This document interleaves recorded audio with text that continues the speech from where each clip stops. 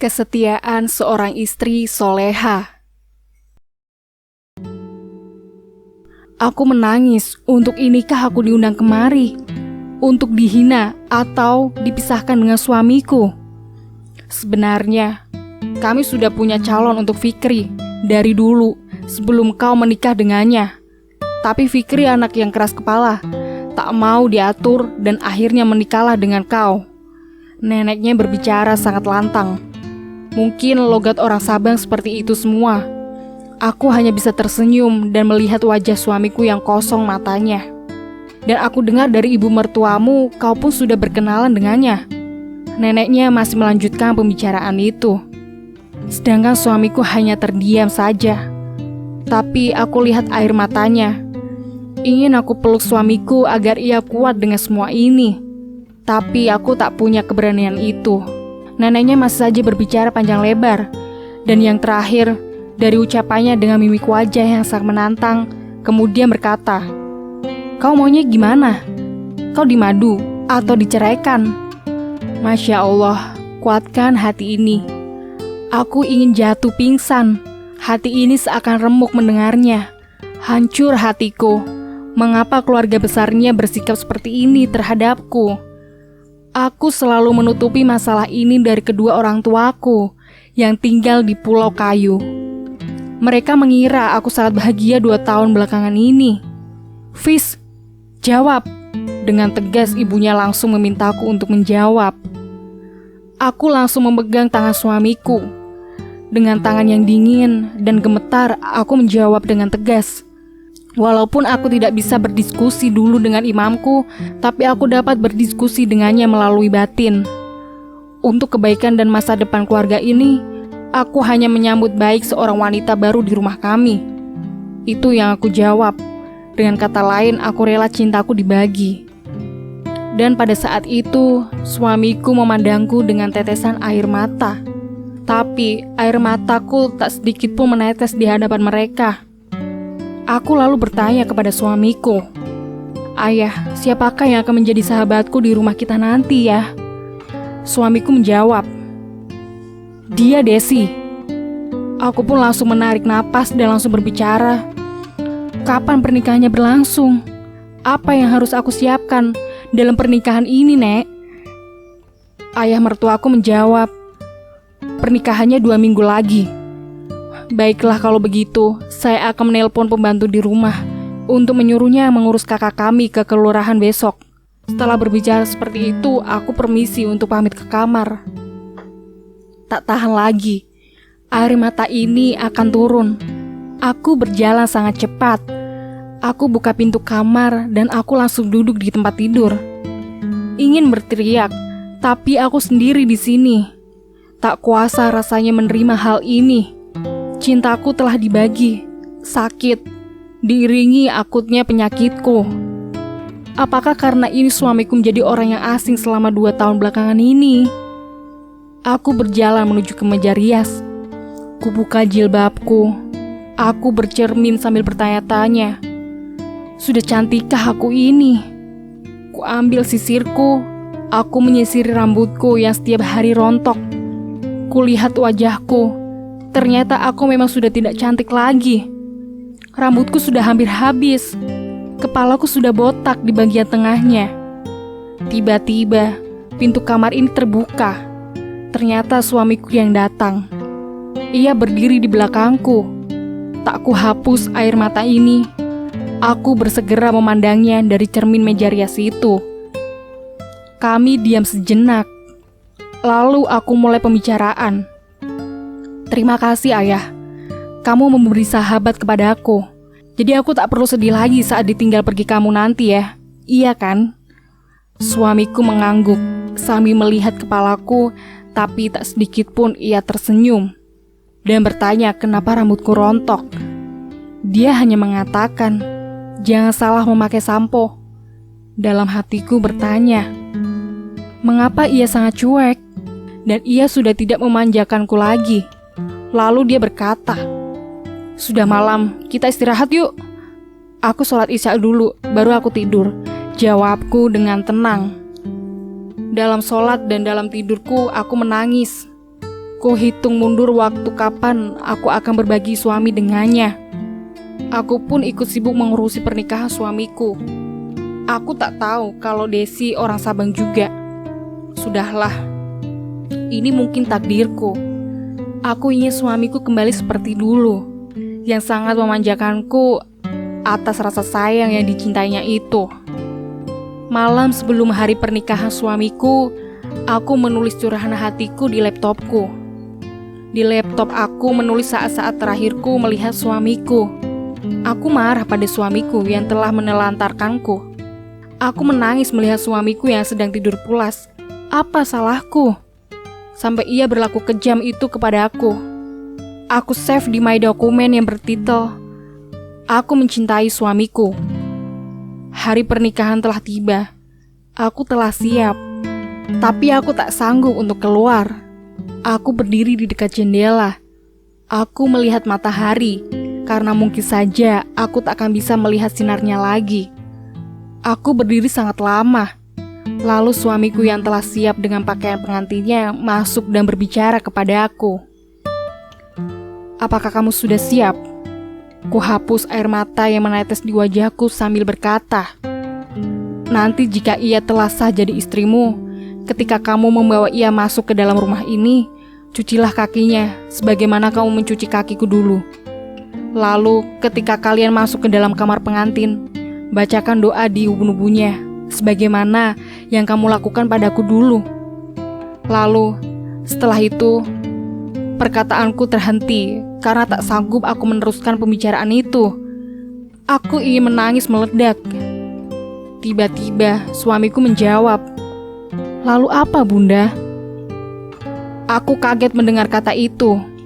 Yang tadinya aku menunduk seketika, aku langsung menatapnya dengan mata yang berbinar-binar.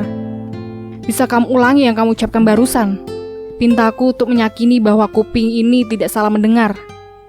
Dia mengangguk dan berkata, "Baik Bunda, akan ayah ulangi." "Lalu apa Bunda?" Sambil ia mengelus wajah dan menghapus air mataku. Dia agak sedikit membungkuk karena dia sangat tinggi. Aku hanya sedadanya saja. Dia tersenyum sambil berkata, "Kita lihat saja nanti ya." Dia memelukku dan berkata, "Bunda adalah wanita yang paling kuat yang ayah temui selain mama." Kemudian ia mencium keningku. Aku langsung memeluknya erat dan berkata, "Ayah, apakah ini akan segera berakhir? Ayah kemana saja? Mengapa ayah berubah? Aku kangen sama ayah. Aku kangen belayan kasih sayang ayah. Aku kangen dengan manjanya ayah. Aku kesepian ayah. Dan satu hal lagi yang harus ayah tahu, bahwa aku tidak pernah berzina. Dulu, waktu awal pacaran, aku memang belum bisa melupakannya. Setelah 4 bulan bersama, ayah baru bisa aku terima. Jika yang di hadapanku itu adalah lelaki yang aku cari, bukan berarti aku pernah berzina, ayah." Aku langsung bersujud di kakinya dan mencium kaki imamku sambil berkata, "Aku minta maaf, ayah, telah membuatmu susah." Saat itu juga diangkatnya badanku. Ia menangis. Ia memelukku sangat lama. 2 tahun aku menanti dirinya kembali. Tiba-tiba perutku sakit. Ia menyadari bahwa ada yang tidak beres denganku dan ia bertanya, "Bunda baik-baik saja kan?" Tanyanya dengan penuh khawatir. Aku menjawab, "Bisa memeluk dan melihat kamu kembali seperti dulu itu sudah membuatku baik." Yah, aku hanya tak bisa berbicara sekarang. Karena dia akan menikah, aku tak mau membuat dia khawatir. Dia harus khusyuk menjalani acara prosesi akad nikah tersebut. Setelah tiba di masjid, ijab qabul pun dimulai. Aku duduk di seberang suamiku. Aku melihat suamiku duduk berdampingan dengan perempuan itu. Membuat hati ini cemburu, ingin berteriak mengatakan, "Ayah jangan." Tapi aku ingat akan kondisiku. Jantung ini berdebar kencang saat mendengar ijab qabul tersebut. Begitu ijab qabul selesai, aku menarik napas panjang. Tante Lia, tante yang baik itu memelukku. Dalam hati aku berusaha untuk menguatkan hati ini. Ya, aku kuat. Tak sanggup aku melihat mereka duduk bersanding di pelaminan.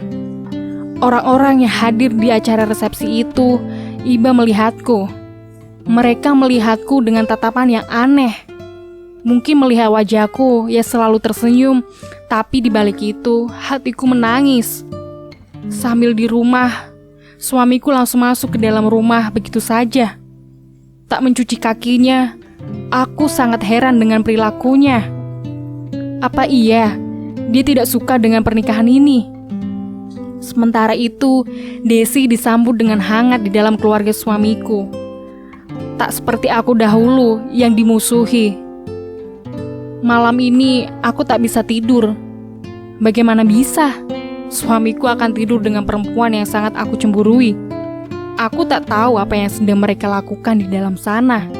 Sepertiga malam pada saat aku ingin sholat lail, aku keluar untuk berwudu. Lalu aku melihat ada lelaki yang mirip suamiku tidur di sofa. Lalu aku melihat ada lelaki yang mirip suamiku tidur di sofa ruang tengah. Ku dekati lalu kulihat. Masya Allah, suamiku tak tidur dengan wanita itu. Ia ternyata tidur di sofa. Aku duduk di sofa itu sambil mengelus wajahnya yang lelah. Tiba-tiba, ia memegang tangan kiriku. Tentu saja aku kaget. Kamu datang ke sini, aku pun tahu. Ia berkata seperti itu. Aku tersenyum dan mengajaknya sholat lail. Setelah sholat lail, ia berkata, maafkan aku tak boleh menyakitimu. Kamu menderita karena egonya aku. Besok kita pulang ke Jakarta. Biar Desi pulang dengan mama, papa dan juga adik-adikku. Aku menatapnya dengan penuh keheranan. Tapi ia langsung mengajakku untuk istirahat. Saat tidur, ia memelukku sangat erat. Aku tersenyum saja. Sudah lama tidak terjadi. Ya Allah, apakah Engkau akan menyuruh malaikat maut untuk mengambil nyawaku sekarang ini? Karena aku lelah merasakan kehadirannya saat ini.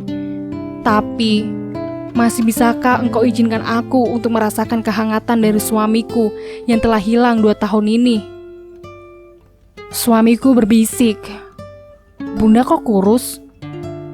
Aku menangis dalam kebisuan. Pelukannya masih bisa aku rasakan. Aku pun berkata, Ayah, kenapa tidak tidur dengan Desi? Aku kangen sama kamu, Bunda. Aku tak mau menyakitimu lagi.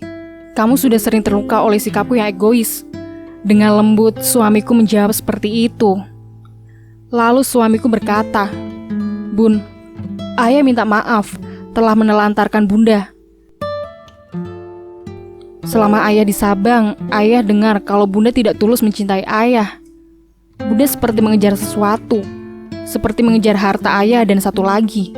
Ayah pernah melihat SMS Bunda dengan mantan pacar Bunda, di mana isinya kalau Bunda gak mau berbuat seperti itu. Dan tulisan seperti itu diberi tanda kutip.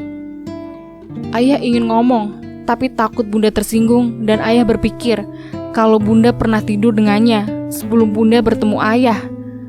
Terus Ayah dimarahi oleh keluarga Ayah karena Ayah terlalu memanjakan Bunda.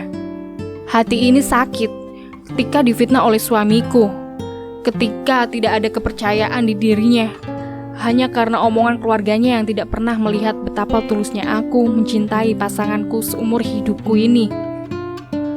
Aku hanya menjawab, aku sudah ceritakan itu kan ya. Aku tidak berzina dan aku mencintaimu setulus hatiku. Jika aku mengejar hartamu, mengapa aku memilih kamu? Padahal banyak lelaki yang lebih mapan darimu waktu itu ya. Jika aku hanya mengejar hartamu, aku tak mungkin setiap hari menangis karena menderita mencintaimu. Entah, aku harus bahagia atau aku harus sedih karena sahabatku sendirian di kamar pengantin itu. Malam itu, aku menyelesaikan masalahku dengan suamiku dan berusaha memaafkannya, beserta sikap keluarganya juga. Karena aku tak mau mati dalam hati yang penuh dengan rasa benci. Keesokan harinya, ketika aku ingin terbangun, mengambil wudhu, kepalaku pusing, rahimku sakit sekali. Aku mengalami pendarahan dan suamiku kaget bukan main. Ia langsung menggendongku. Aku pun dilarikan ke rumah sakit. Dari kejauhan, Aku mendengar suara zikir suamiku. Aku merasakan tanganku basah. Ketika ku buka mata ini, kulihat wajah suamiku penuh dengan rasa kekhawatiran. Ia menggenggam tanganku dengan erat dan mengatakan, "Bunda, ayah minta maaf." Berkali-kali ia mengucapkan hal itu.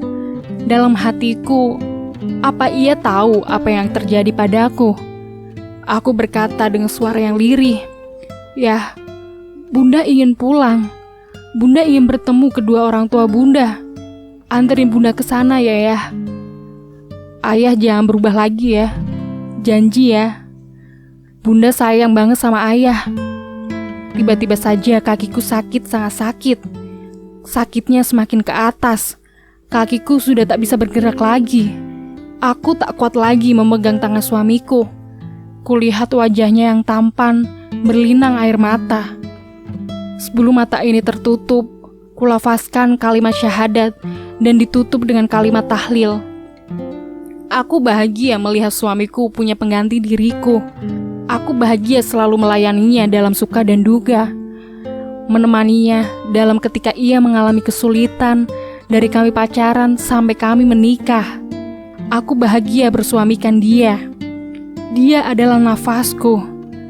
Untuk ibu mertuaku, maafkan aku telah hadir di dalam kehidupan anakmu, sampai aku hidup di dalam hati anakmu. Ketahuilah, Mah, dari dulu aku selalu berdoa agar Mama merestui hubungan kami. Mengapa engkau fitnah diriku di depan suamiku? Apa engkau punya bukti, Mah? Mengapa engkau sangat cemburu padaku, Mah? Fikri tetap milikmu, Mah. Aku tak pernah menyuruhnya untuk durhaka kepadamu. Dari dulu, aku selalu mengerti apa yang kamu inginkan dari anakmu. Tapi mengapa kau benci diriku? Dengan Desi, kau sangat baik, tetapi denganku menantumu, kau bersikap sebaliknya. Setelah aku buka laptop, ku baca curhatan istriku. "Ayah, mengapa keluargamu sangat membenciku? Aku dihina oleh mereka, Ayah. Mengapa mereka bisa baik terhadapku pada saat ada dirimu? Pernah suatu ketika, aku bertemu dia di jalan. Aku menegurnya karena dia adik iparku, tapi aku disambut dengan wajah ketidaksukaannya. Sangat terlihat, Ayah. Tapi ketika engkau bersamaku, dia sangat baik, sangat manis dan ia memanggilku dengan panggilan yang sangat menghormatiku. Mengapa seperti itu, Ayah? Aku tak bisa berbicara tentang ini padamu. Aku tahu kamu pasti membela adikmu. Tak ada gunanya ya. Aku diusir dari rumah sakit. Aku tak boleh merawat suamiku. Aku cemburu pada Desi yang sangat akrab dengan mertuaku. Tiap hari, ia datang ke rumah sakit bersama mertuaku. Aku sangat marah jika aku membicarakan hal ini pada suamiku. Ia akan pasti membela Desi dan ibunya. Aku tak mau sakit hati lagi. Ya Allah, kuatkanlah aku. Maafkan aku. Engkau Maha Adil. Berilah keadilan ini padaku, ya Allah. Ayah sudah berubah. Ayah sudah tak sayang lagi padaku. Aku berusaha untuk mandiri, Ayah. Aku tak akan bermanja-manja lagi padamu. Aku kuat, Ayah, dalam kesakitan ini. Lihatlah, Ayah. Aku kuat walaupun penyakit kanker ini terus menyerangku. Aku bisa melakukan ini semua sendiri, Ayah. Besok, suamiku akan menikah dengan perempuan itu. Perempuan yang aku benci, yang aku cemburui. Tapi aku tak boleh egois. Ini untuk kebahagiaan keluarga suamiku. Aku harus sadar diri. Ayah, sebenarnya aku tak mau diduakan olehmu. Mengapa harus Desi yang menjadi sahabatku? Ayah, aku masih tak rela. Tapi aku harus ikhlas menerimanya. Pagi nanti, suamiku melangsungkan pernikahan keduanya. Semoga saja aku masih punya waktu untuk melihatnya tersenyum untukku. Aku ingin sekali merasakan kasih sayangnya terakhir sebelum ajal ini menjemputku. Ayah, aku kangen Ayah. Dan kini aku telah membawamu ke orang tuamu, Bunda. Aku akan mengunjungimu sebulan sekali bersama Desi di Pulau Kayu ini. Aku akan selalu membawakanmu bunga mawar yang berwarna pink yang mencerminkan keceriaan hatimu yang sakit tertusuk duri itu. Bunda tetap cantik, selalu tersenyum di saat tidur. Bunda akan selalu hidup di hati ayah. Bunda, Desi tak sepertimu, yang tidak pernah marah. Desi sangat berbeda denganmu. Ia tak pernah membersihkan telingaku. Rambutku tak pernah dikerimbatnya. Kakiku pun tak pernah dicucinya. Ayah menyesal telah menelantarkanmu selama 2 tahun. Kamu sakit pun aku tak peduli. Hidup dalam kesendirianmu. Seandainya ayah tak menelantarkanmu, Bunda, mungkin ayah masih bisa tidur dengan belayan tangan Bunda yang halus. Sekarang ayah sadar bahwa ayah sangat membutuhkan Bunda. Bunda, kamu wanita yang paling tegar yang pernah kutemui. Aku menyesal telah asik dalam keegoanku. Bunda, maafkan aku. Bunda tidur tetap manis. Senyuman jamu terlihat di tidurmu yang panjang. Maafkan aku. Aku tak bisa bersikap adil dan membahagiakanmu. Aku selalu mengiyakan apa kata ibuku, karena aku takut menjadi anak durhaka. Maafkan aku ketika kau difitnah oleh keluargaku. Aku percaya begitu saja. Apakah Bunda akan mendapat pengganti ayah di surga sana? Apakah Bunda akan tetap menanti ayah di sana? Tetap setia di alam sana? Tunggulah ayah di sana, Bunda. Bisa kan? Seperti Bunda menunggu ayah di sini. Aku mohon. Ayah sayang Bunda.